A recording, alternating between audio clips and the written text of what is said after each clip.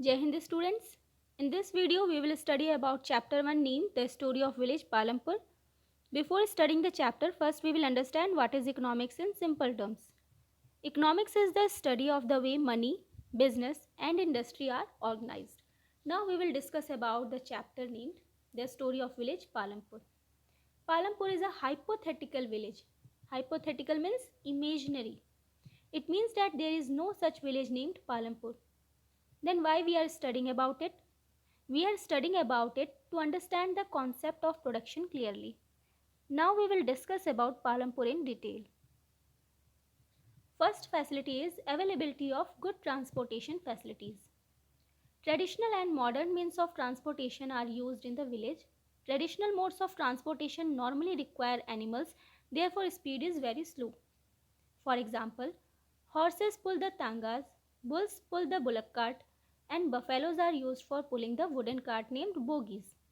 While in case of modern means of transportation, fuels like petrol, diesel, etc. are used and its speed is very fast. It includes motor vehicles like motorcycles, jeeps, tractors, trucks, etc. Now we will discuss about social composition. There are total 450 families who are living in Palampur, and out of 450 families, 80 families belong to the upper caste who are very rich. They are having big houses made with brick and with cement plaster, and they own majority of the land. While one third of the population belongs to scheduled caste, or we can say Dalits, who are very poor. Their houses are very small, made with clay and straw. They own very small piece of land and live in one corner of the village. Next is electricity. The village is getting electricity facility for various purposes like for their household work, irrigating their fields, and for running their small business like dairy, transportation, and shopkeeping, etc., which is running on a limited scale, means at a small level. Next is irrigation. Since farming is the main activity in Palampur which requires irrigation, and irrigation is done with the help of tube wells which require electricity, the tube wells has the capacity to irrigate a large piece of land in a short period of time. And the extra production means surplus is sold to the nearby villages like Raiganj, which is a very big village, and Raiganj is 3 kilometers away from Palampur. There is also a small village named Shahpur, and since jaggery is also supplied, it means that we can guess that there is a possibility that sugarcane production is also taking place in Palampur, because for producing jaggery means good, sugarcane is the basic raw material. Now we will discuss about school. There are two primary schools. Primary schools are those schools which provide us the basic education from class 1 to 5. And there is one high school also. In high school, the children get education from class 6 to 10. Next point is health. There is one primary health center which is run by government. Primary health centers are those centers where we get treatment for minor health related problems like cough, cold and minor accidents, etc. There is one private dispensary too. Dispensary is a place where sick people get the treatment and medicines are also prepared in it. Next topic is organization of production. Organization means arrangements. So we will study about arrangements required for production. There is need for organization of production to produce goods and services that we want to satisfy our needs, which is also the aim of production. So the aim of production is to produce goods and services that we want. For producing any goods and services, we require various factors that are termed as requirements for production or factors of production, namely land, labor, physical capital or capital, and human capital. Now we will study about it in brief. First requirement is land. Suppose if any person wants to start a factory, then he will require land for it. And as per the need of the business, we require land and other natural resources like water, forest, minerals, etc. Next is labor. Labor are the people who will do the work.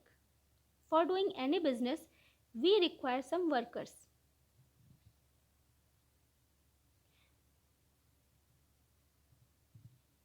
And to do the job, as per the need of the task, we require laborers with the desired qualification and skills.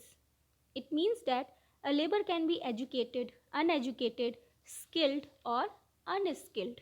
For example, for managerial work, we require skilled and educated labor. But for loading rice bag or cement bags, which is a manual work, we can hire unskilled and uneducated labor. Next factor is physical capital or capital. It is the variety of inputs required for production. We can classify it into two parts. First is fixed capital and second is working capital. In case of fixed capital, these inputs can be used for more than 1 year and it helps in the production process.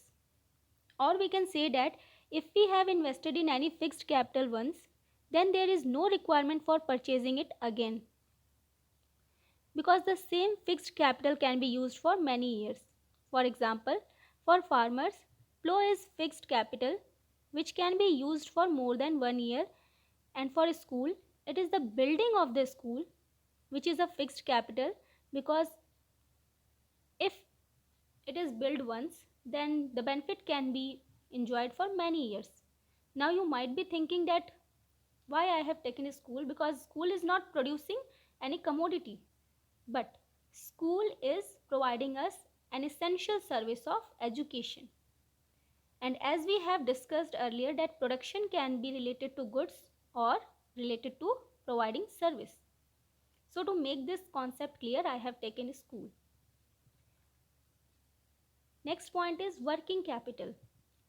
As the name suggests itself, that it is the working capital, means it is that capital which helps in running or working of the business. These are also the inputs required for the production, but it cannot be used for more than 1 year because it gets consumed during the production process. For example, for a potter, it is the clay which is working capital, because for making pot, he will require clay again and again and it will get consumed within a year. And for farmers, seed is the working capital, because whenever he has to do farming related activity, he will require seeds. Next point is human capital. It is the human which is having some knowledge and enterprise. Enterprise means plan, a new plan, which is required for starting any production activity. Without having knowledge and plan or project, production is not possible, because it is the human capital which organizes all the other three factors of production, namely land, labor, and physical capital. On the screen there is a photo from NCERT book from this chapter. This photo is perhaps related to textile factory which produces cloth, and as you can see that this factory requires land, machine which is a fixed capital, this raw material, perhaps thread, which is working capital, labors for doing the work, and all this production is possible due to the knowledge and plan of a person who was having the ability to take risk and to execute his plan. So in a nutshell, this factory is also using 4 factors of production, namely land, labor, capital, and human capital.